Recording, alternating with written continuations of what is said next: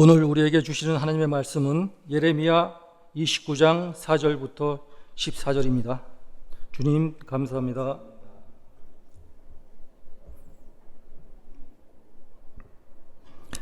만군의 여호와 이스라엘의 하나님께서 예루살렘에서 바벨론으로 사로잡혀 가게 한 모든 포로에게 이와 같이 말씀하시니라. 너희는 집을 짓고 거기에 살며 텃밭을 만들고 그 열매를 먹으라. 아내를 맞이하여 자녀를 낳으며 너희 아들이 아내를 맞이하며 너희 딸이 남편을 맞아 그들로 자녀를 낳게 하여 너희가 거기에서 번성하고 줄어들지 아니하게 하라. 너희는 내가 사로잡혀가게 한 그 성읍의 평안을 구하고 그를 위하여 여호와께 기도하라. 이는 그 성읍이 평안함으로 너희도 평안할 것임이라. 만군의 여호와 이스라엘의 하나님께서 이와 같이 말하노라. 너희 중에 있는 선지자들에게와 점쟁이에게 미혹되지 말며 너희가 꾼 꿈도 고지 듣고 믿지 말라. 내가 그들을 보내지 아니하였어도 그들이 내 이름으로 거짓을 예언함이라. 여호와의 말씀이니라. 여호와께서 이와 같이 말씀하시니라. 바벨론에서 70년이 차면 내가 너희를 돌보고 나의 선한 말을 너희에게 성취하여 너희를 이곳으로 돌아오게 하리라. 여호와의 말씀이니라. 너희를 향한 나의 생각을 내가 아나니 평안이요 재앙이 아니니라. 너희에게 미래와 희망을 주는 것이니라.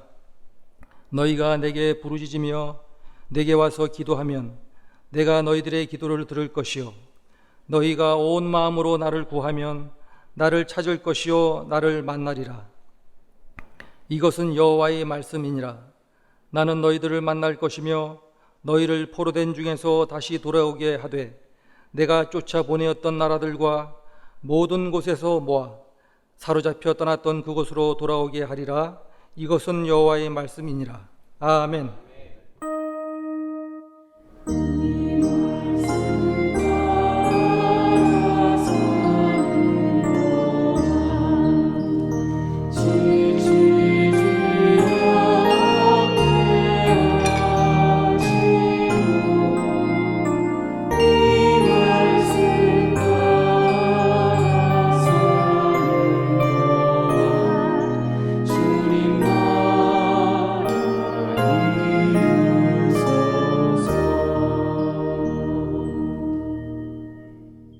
인터넷을 서핑하다가 마음에 와닿는 글이 있어서 가지고 와 봤습니다.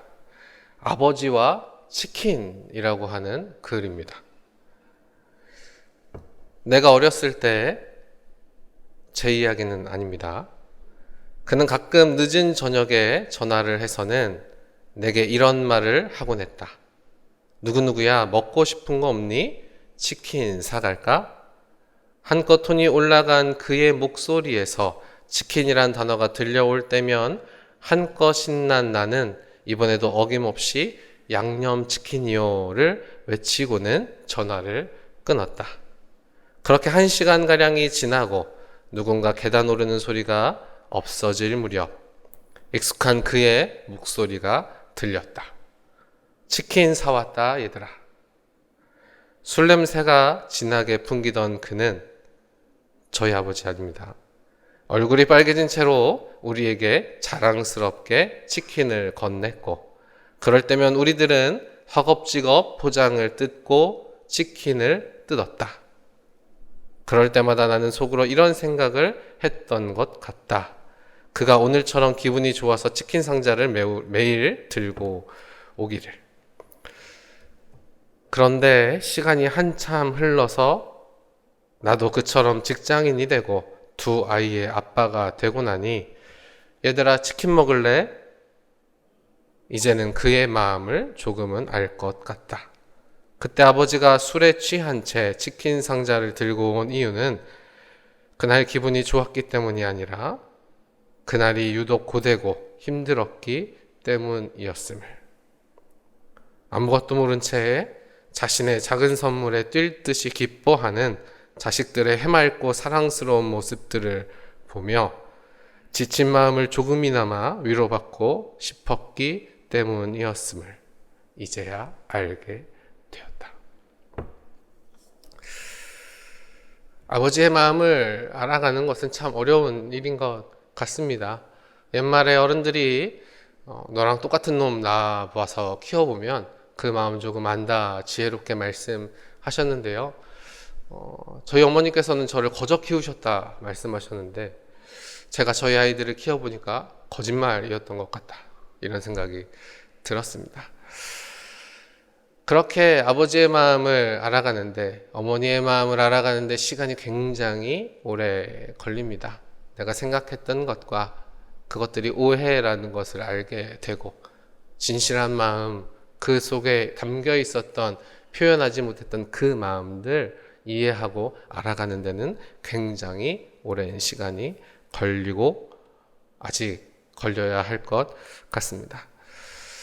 기다리는 것은 참 어려운 일입니다. 시간이 지나면 생각보다 많은 일들이 해결이 되지만 자연스럽게 문제들이 해결되도록 기다리는 것 자체가 굉장히 어려운 일입니다. 저도 기다리는 것을 참 못하는 사람입니다.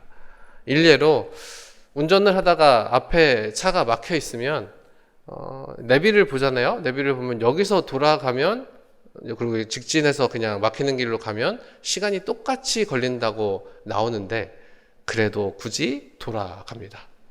심지어 시간이 더 오래 걸리기도 합니다. 그러나 기다리는 것을 참지 못하는 겁니다. 저와 같은 분들이 많이 계시리라 저는 믿어 의심치 않습니다.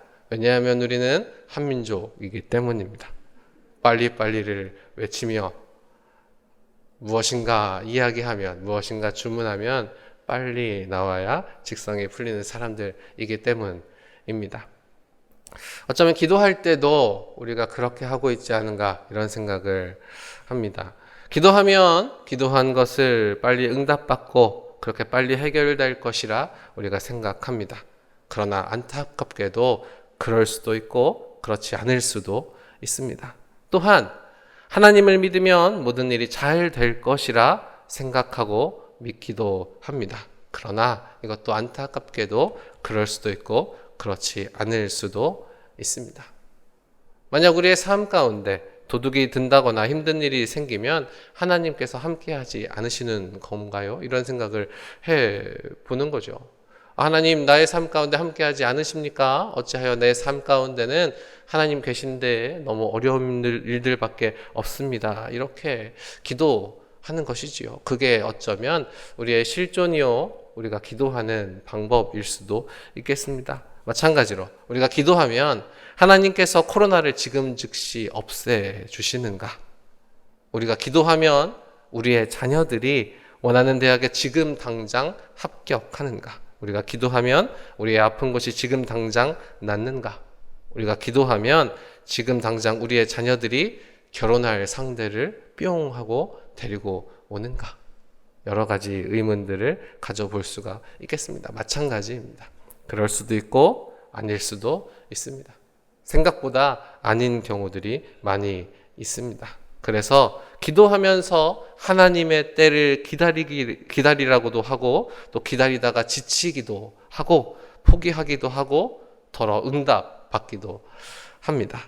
오늘 말씀 가운데 그렇게 하나님께 기도하고 하나님의 응답을 구하는 사람들이 등장합니다. 그리고 가능하면 그 응답이 좀 빠르면 좋겠다 요청하는 이스라엘 백성들이 등장합니다. 오늘 말씀은요, 이 포로기 상황이 다가오는 배경을 갖고 있습니다.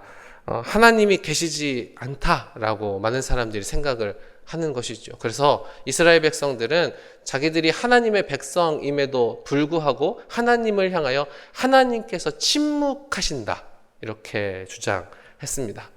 하나님께 기도하는데 하나님 응답하시지 않는다. 하나님께 묻는데 하나님이 대답해 주시지 않는다. 하나님께서 아무런 말씀도 하지 않으신다. 그래서 하나님이 침묵하신다. 하나님께서 약속하신 그 백성에게 침묵하시며 모른 척 하신다. 이것이 이스라엘 백성들이 갖고 있었던 입장이었습니다. 그러나 하나님의 입장은 조금 다릅니다.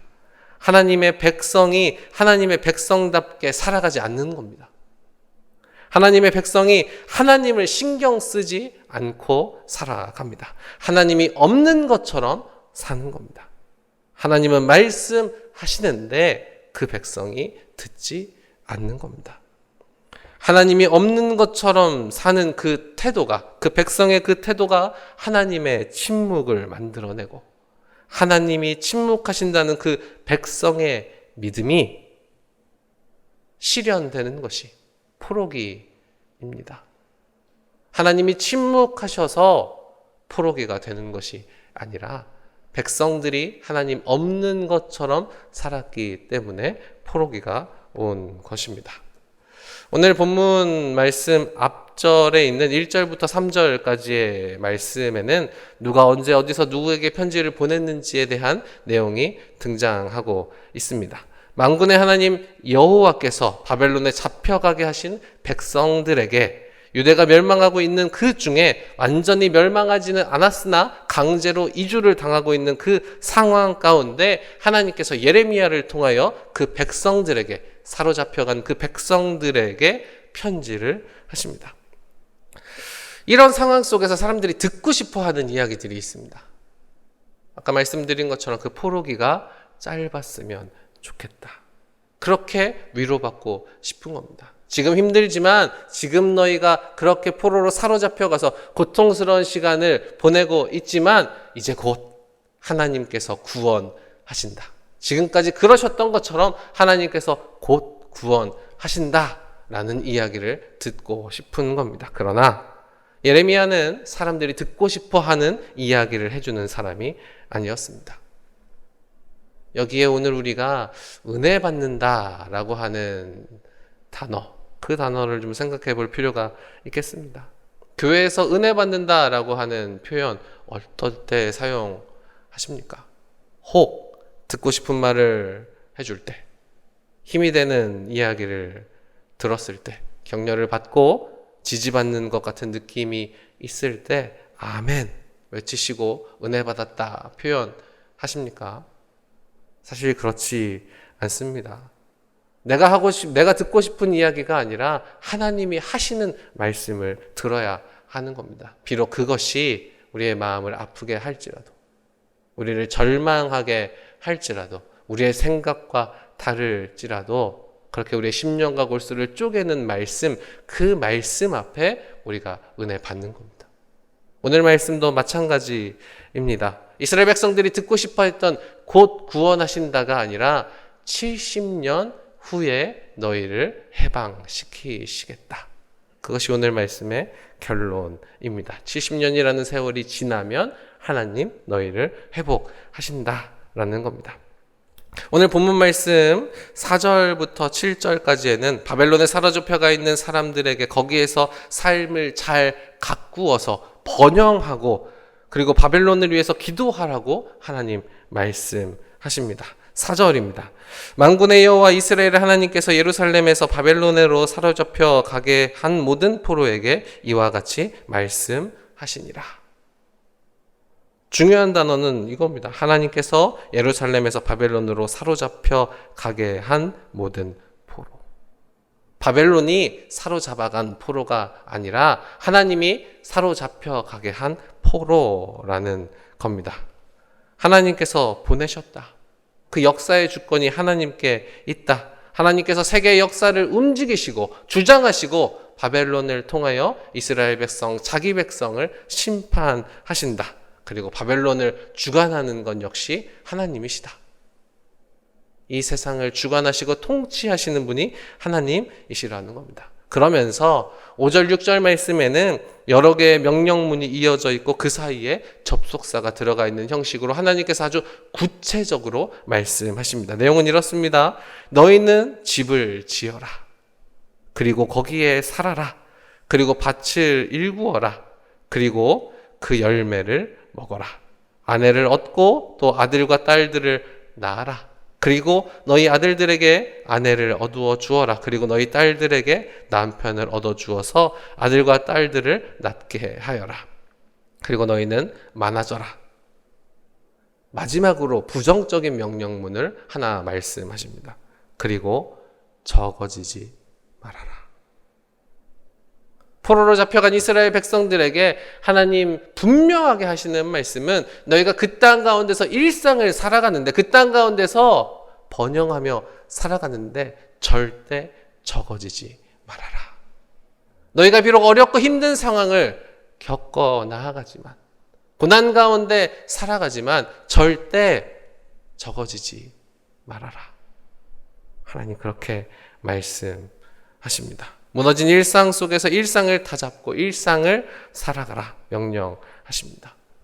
코로나로 인하여서 우리의 일상이 무너졌지만, 많은 것들이 변했지만 그 끝이 언제일지 우리가 비록 알 수 없지만, 끝이 나도 예전으로 돌아갈 수 없을 수 있지만, 그럼에도 불구하고 그 무너진 일상 속에서 그 일상을 다잡고 살아가라는 겁니다.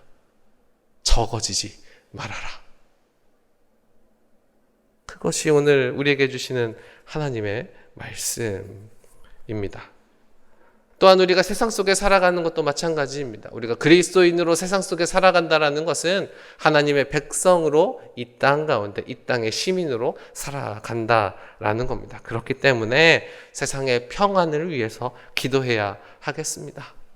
이 땅에 평안이 있고 그 가운데 우리가 살아갈 수 있도록 하나님 이 땅을 주관하여 주시고, 이 땅 가운데 평화를 주시고, 이 땅 가운데 어려움들을 자하여 주시기를 기도해야 하는 이유가 여기에 있습니다. 하나님 그렇게 명령하시기 때문입니다. 그 땅을 위해 기도하라. 그 땅에 평안이 있기를 기도하라. 그리고 절대로 적어지지 말아라 말씀하시는 겁니다.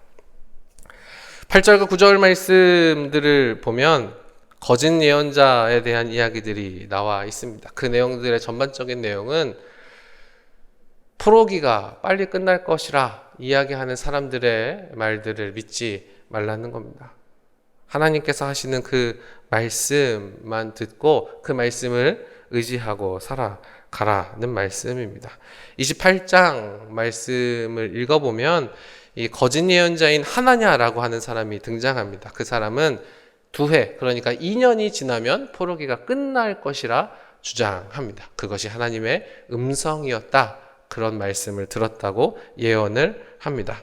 그렇게 성전 앞에서 예레미야와 하나냐가 대결하는데요.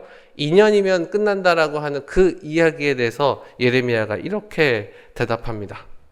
나도 그랬으면 좋겠다. 아멘이라고 크게 외치고 싶다. 그런데 하나님 나에게 말씀하시기를 2년이 아니라 70년이라고 이야기하신다. 나도 아니었으면 좋겠다. 나도 2년이면 좋겠다. 그러나 하나님이 말씀하시니 나도 그렇게 이야기한다라는 겁니다. 거짓 예언을 하는 것은 쉽습니다. 듣고 싶은 이야기를 해주는 것도 쉽습니다. 그러나 그 모든 이야기들이 하나님의 말씀은 아닌 줄로 우리가 믿어야 하겠습니다. 그러므로 하나님의 말씀 앞에 정직해야 합니다. 하나님이 아니라고 하신 말씀은 우리도 아니라고 해야 하고, 하나님이 맞다 하신 말씀에는 우리도 맞다 이야기하고 토를 달지 말아야 하겠습니다. 또한 하나님 하시지 않은 말씀, 하나님께서 만약 침묵하시면 우리도 그 문제들에 대해서 모른다 이야기해야 할 것입니다. 모른다고 이야기하는 것은 부끄러운 것이 아닙니다.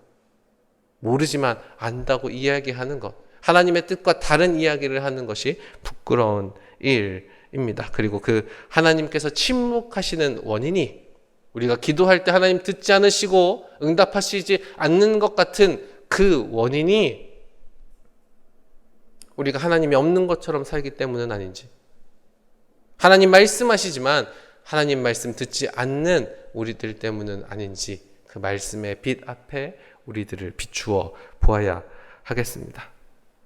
하나님께서는 70년의 포로 기간을 명확하게 말씀하십니다. 그리고 그것은 이스라엘 백성들을 향한 하나님의 뜻이 재앙이 아니라 평안이라고 하는 말씀을 하십니다. 11절 말씀, 여호와의 말씀이니라 너희를 향한 내 생각을 내가 아나니 평안이요 재앙이 아니니라 너희에게 미래와 희망을 주는 것이니라.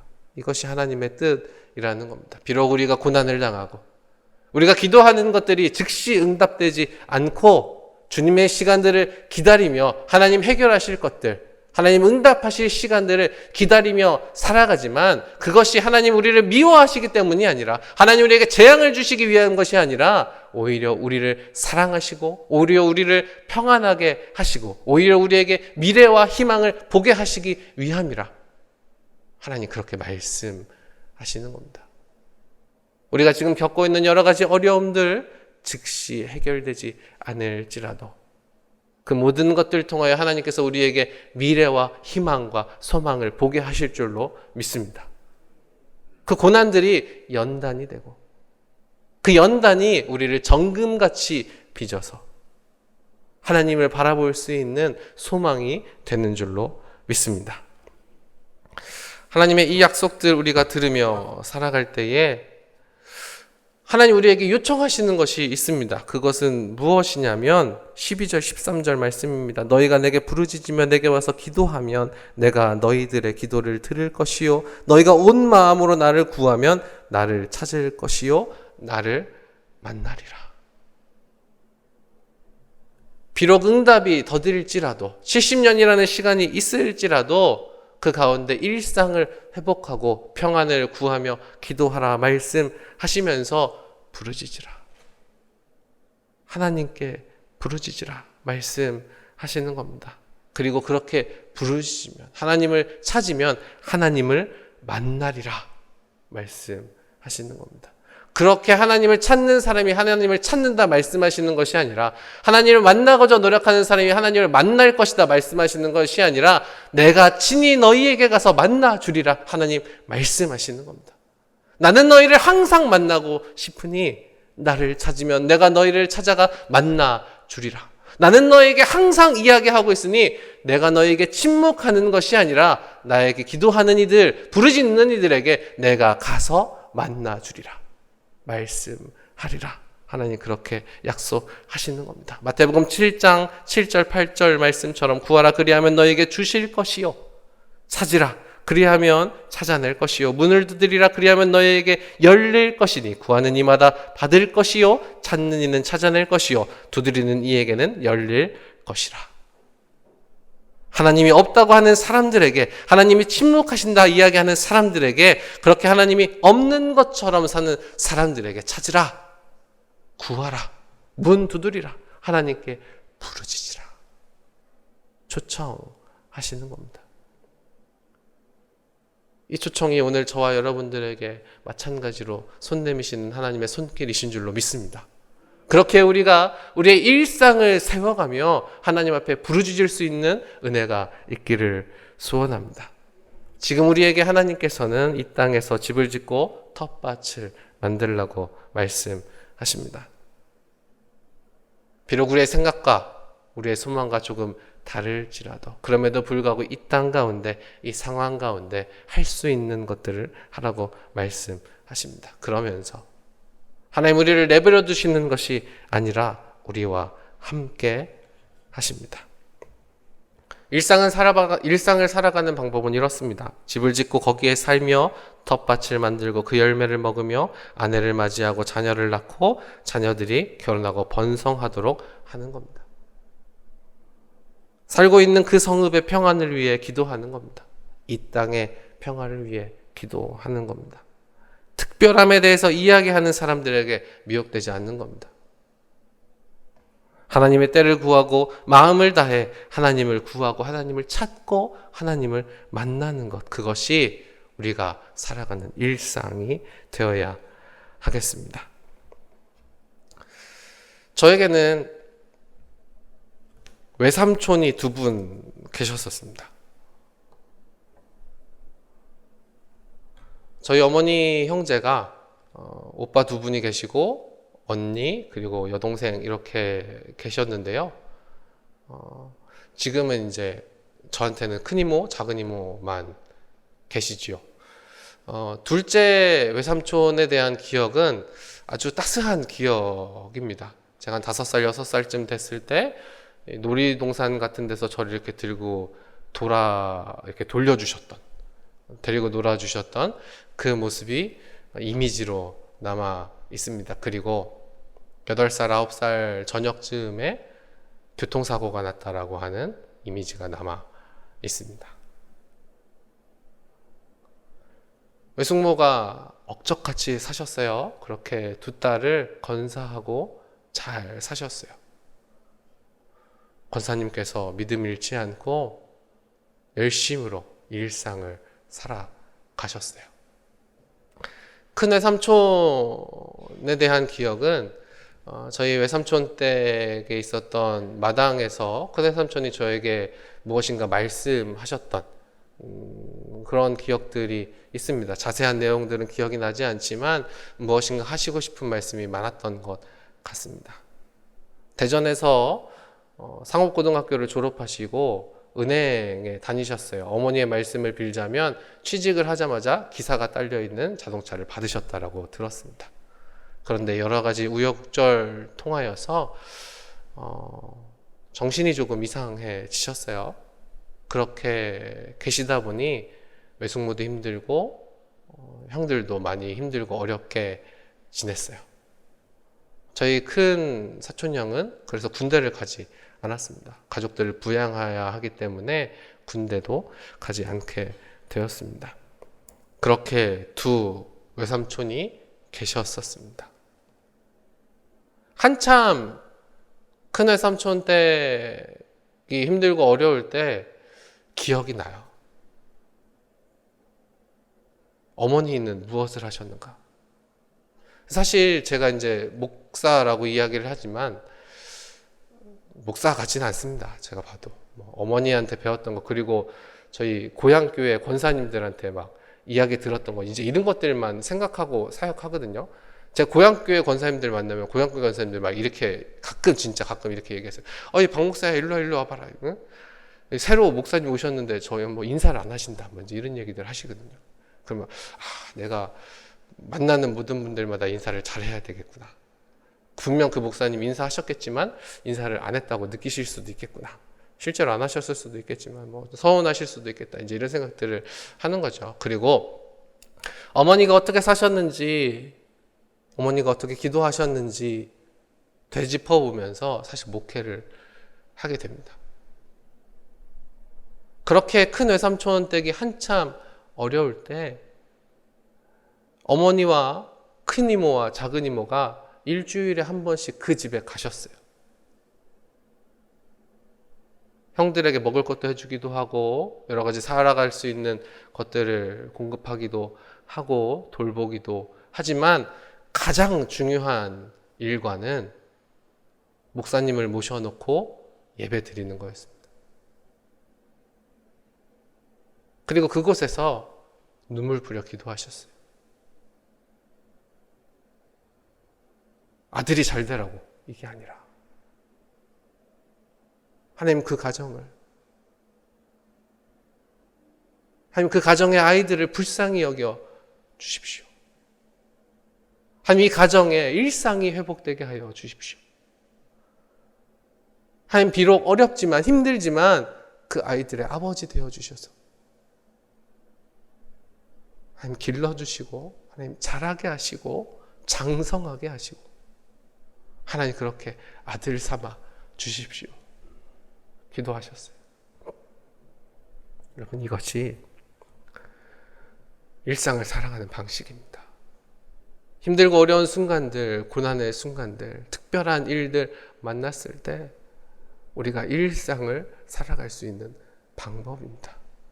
하나님 원하시는 것처럼, 하나님 말씀하시는 것처럼 하나님께 부르짖고 눈물 뿌려 기도하고, 그때가 언제인지는 알 수 없지만, 하나님 언제 응답하실지는 알 수 없지만 하나님이 응답하실 그 주님의 시간을 참고 기대하고 인내하며 기다리는, 그리고 그렇게 참고 기대하고 인내하며 기다리는 그 순간들, 그렇게 일상을 살아가는 순간들마저도 주님의 시간임을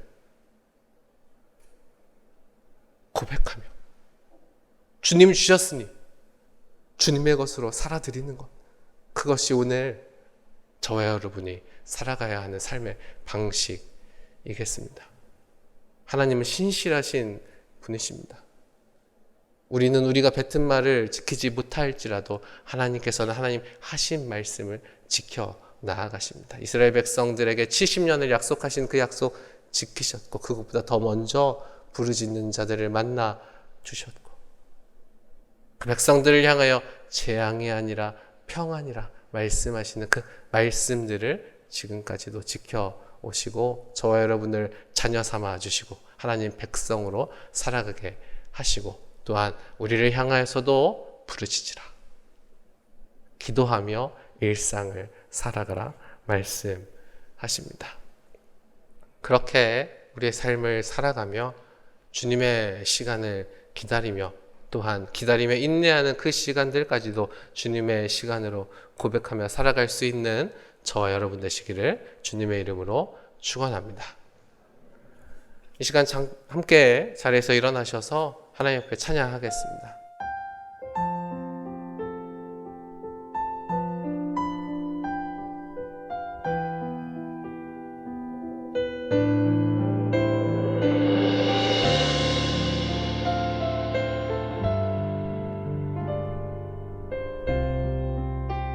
주님의 시간에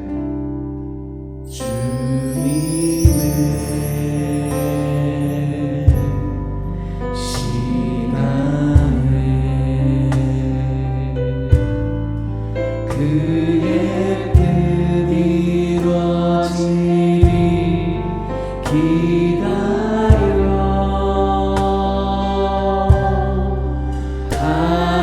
하루하루 살 동안 주님 인도하시니 주 뜻 이룰 때까지 기다려.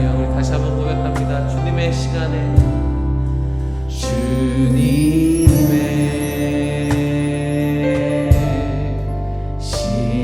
시간에 주의 뜻 이루어지리 기다려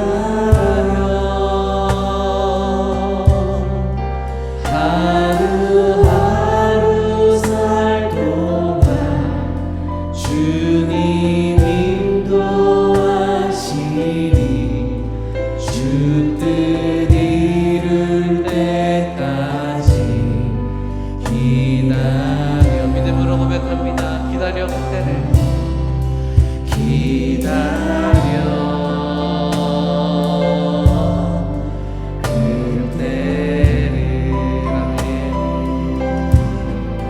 그의 뜻 이루어지리 기다려 주의 뜻 이루어질 때 우리들의 모든 것 아름답게 변하리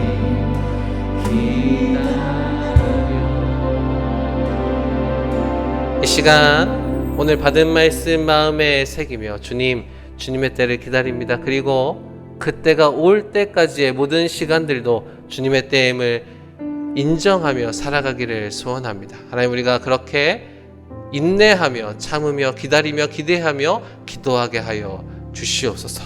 그리고 기도하는 모든 심령들 가운데 주님 찾아와 만나 주시옵소서.